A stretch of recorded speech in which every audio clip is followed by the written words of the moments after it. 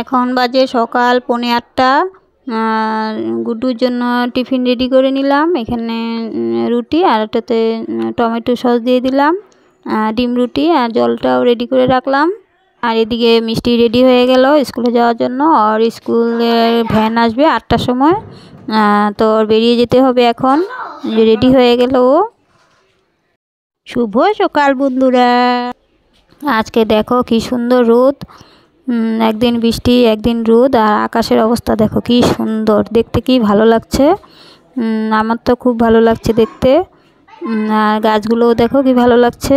আর বন্ধুরা এখন 8টা বেজে গেল, এই যে মিষ্টি বেরিয়ে গেল, তো বাই বাই দিচ্ছে।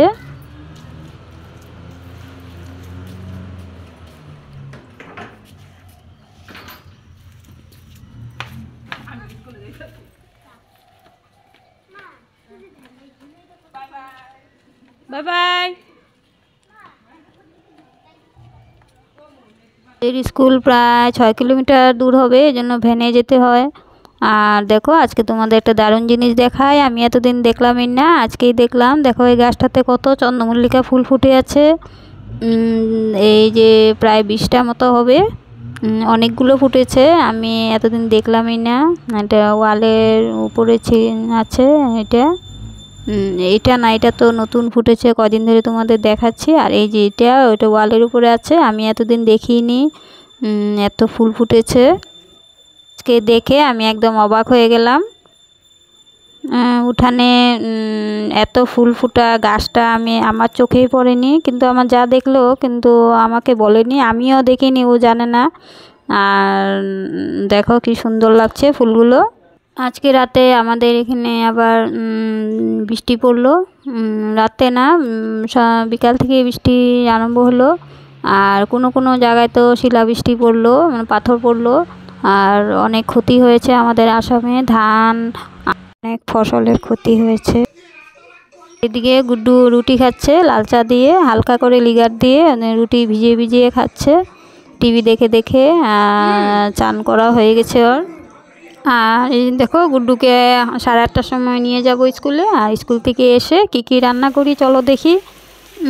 আজকে এনেছে পাবদা মাছ, ছোট ছোট পাবদা মাছ, এই যে আলু সিম দিয়ে রান্না করা হবে। আর কালকের অল্প মাছ ছিল, ওগুলো আমরা খাবো, আর এগুলো সব ছেলে মানুষ খাবে, আমরা মেয়ে লোক সব বাসি মাছ খাবো। আর এই যে কয়েকটা মাছ রান্না করে নিব। আর এদিকে বাঁধাকপি তরকারি, কালকে মাছের মাথা ছিল, তো কাতল মাছের মাথা দিয়ে বাঁধাকপির তরকারিটা রান্না করা হলো। বাঁধাকপির তরকারিটা খুব স্বাদ হয়েছে, আর মটরশুঁটিও দেওয়া হয়েছে। সারাদিন আর ব্লগ করতে পারলাম না, ভিডিও করতে পারলাম না। এখন সন্ধ্যাবাতি দিয়ে নিলাম, এখন চা খাবো। আর চা খেয়ে তারপর গুড্ডুকে পড়তে বসাবো। এখন বাজে 5টা, দেখো 5টা বাজে। এখন চা খেয়ে নিই। অবস্থা দেখো, ওই যে মিষ্টি।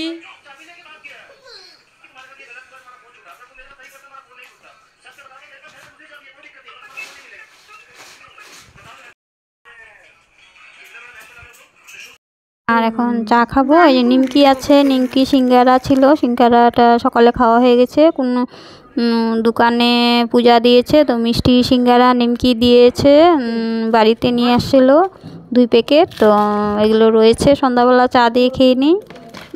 তো চলো বন্ধুরা, তো আরাম করে বসে একটু চাটা খেয়ে নিই। তাড়াতাড়ি চা খেয়ে তারপর আবার সেলাই করতে বসবো। চাটা খেয়ে নিই আর গুড্ডুকে পড়াতে বসাবো। গুড্ডুকে এক সাইডে পড়াবো আর আমি সেলাই করব। কয়েকদিন একটু সেলাই কাজ আছে, তাই সেলাই কাজ চাপটা বেশি।